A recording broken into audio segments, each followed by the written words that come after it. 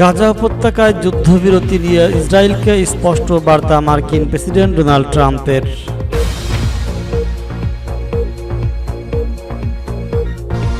প্রতিরক্ষা শক্তির মাত্র ৫% ব্যবহার করেছে ইরান, দাবি আইআরজিসির। তীব্র সংঘাতের মধ্যেই পুরো ইউক্রেন দখল করার ঘোষণা রুশ প্রেসিডেন্ট ভ্লাদিমির পুতিনের।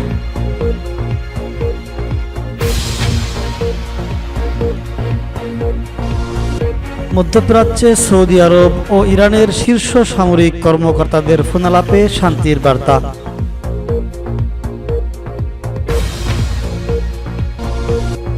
এবং সর্বশেষ থাকবে ভারতের বাণিজ্য নিষেধাজ্ঞা ব্যর্থ হয়েছে বলছে পাকিস্তান। শুনছিলেন সংবাদ শিরোনাম, এখন বিস্তারিত। ফিলিস্তিনের গাজা উপত্যকায় যুদ্ধবিরতি নিয়ে ইসরায়েলকে স্পষ্ট বার্তা মার্কিন প্রেসিডেন্ট ডোনাল্ড ট্রাম্পের। ইরান ও ইসরায়েলের মধ্যে যুদ্ধবিরতি কার্যকরের পর এবার গাজায় যুদ্ধবিরতি নিয়ে সরব হয়েছেন মার্কিন প্রেসিডেন্ট ডোনাল্ড ট্রাম্প। অবরুদ্ধ গাজা উপত্যকায় ২০ মাস ধরে চলা বর্বরতার ইতি টানার বার্তা দিয়েছেন তিনি। রবিবার ২৯ জুন নিজের সামাজিক মাধ্যম ট্রুথ সোশ্যালে দেওয়া এক পোস্টে গাজায় যুদ্ধবিরতির বার্তা দিয়ে ট্রাম্প লিখেছেন, গাজায় চুক্তি করুন, জিম্মিদের ফিরিয়ে আনুন। যদিও এই বার্তায় নির্দিষ্ট গাজার স্বাধীনতাকামী গোষ্ঠী হামাস বা দখলদার ইসরায়েলের নাম উল্লেখ করেননি ট্রাম্প, তবে পোস্টের ভাষা দেখে ধারণা করা হচ্ছে ট্রাম্প ইসরায়েলকে স্পষ্ট করে বার্তা দিয়েছেন।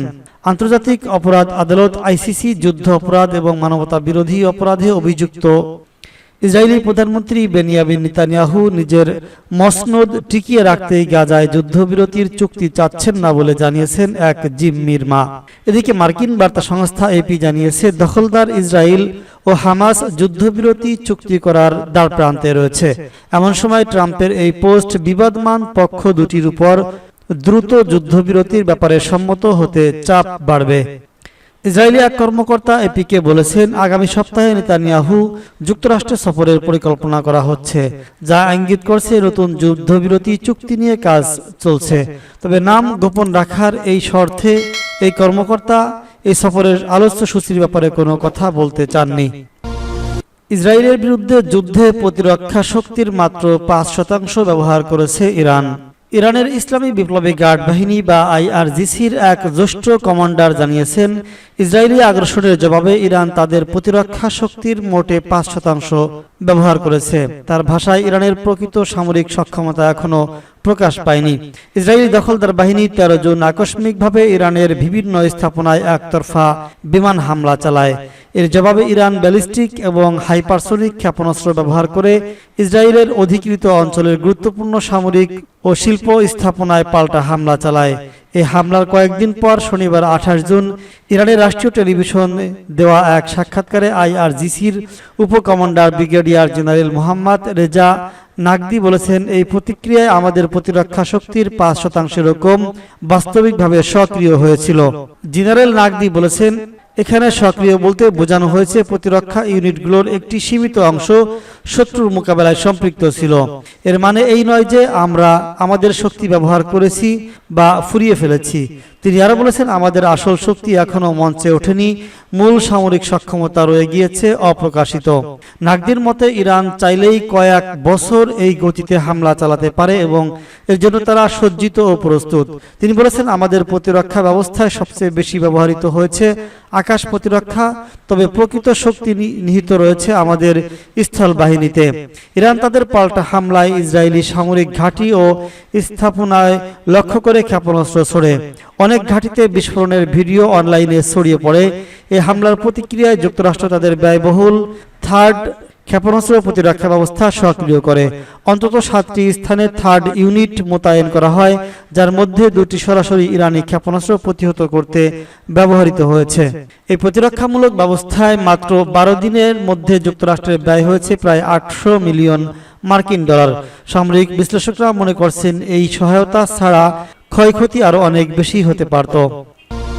রাশিয়া ইউক্রেন যুদ্ধের মধ্যেই পুরো ইউক্রেন দখল করার ঘোষণা দিলেন রুশ প্রেসিডেন্ট ভ্লাদিমির পুতিন। রুশ প্রেসিডেন্ট ভ্লাদিমির পুতিন ঘোষণা করেছেন, তিনি পুরো ইউক্রেনকে রাশিয়ার অংশ করতে চান।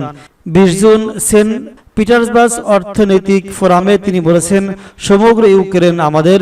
ইউক্রেনীয় পররাষ্ট্র মন্ত্রীর এই বক্তব্যকে মৃত্যু ও ধ্বংসের বার্তা বলে আখ্যায়িত করেছেন তিনি।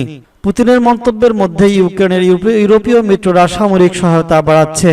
ন্যাটোর মহাসচিব জানিয়েছেন, ইউরোপ ও কানাডা ইতিমধ্যে ইউক্রেনকে 35 থেকে 40 বিলিয়ন ডলারের সামরিক সহায়তা প্রতিশ্রুতি দিয়েছে।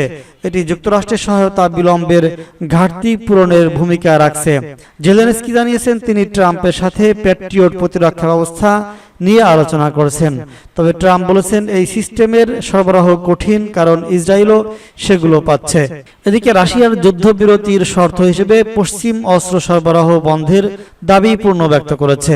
জেলেনস্কি পুতিনকে সম্পূর্ণ খোলামেলা বলে অভিহিত করেছেন।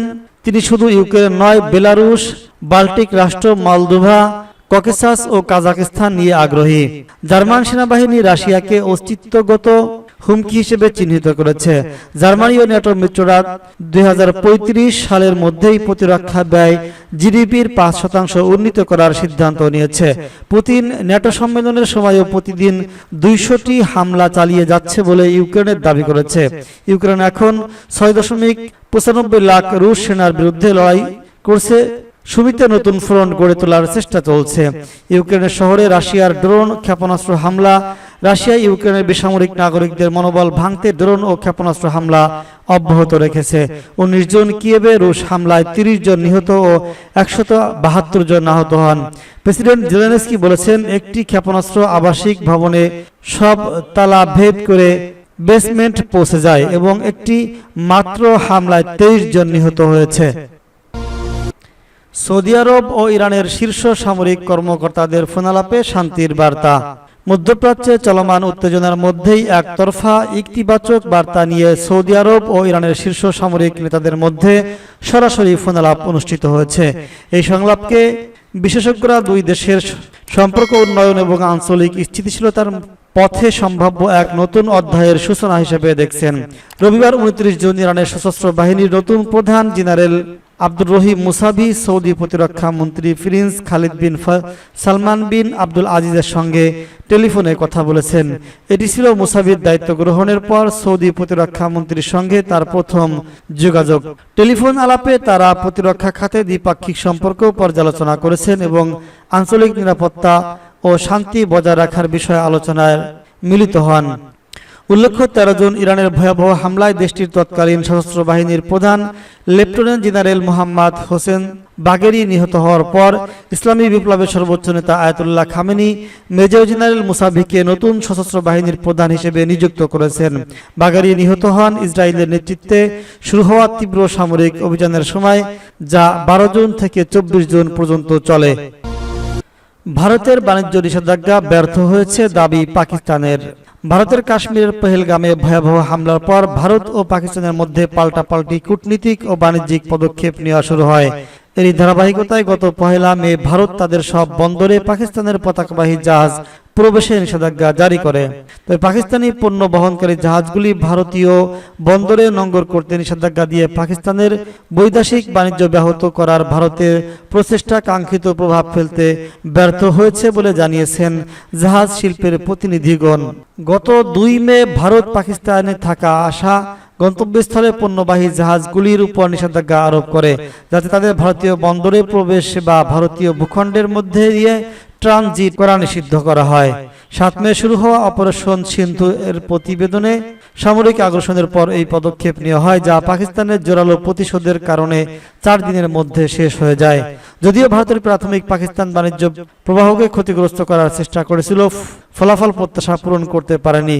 শিপিং কোম্পানিগুলি পাকিস্তানের দিকে এবং পাকিস্তান থেকে আসা পণ্য আলাদা করে অভিযোগ হয়েছে বলে জানা গেছে, যার ফলে ভারতীয় বন্দরের উপর নির্ভরতা এড়ানো গিয়েছে।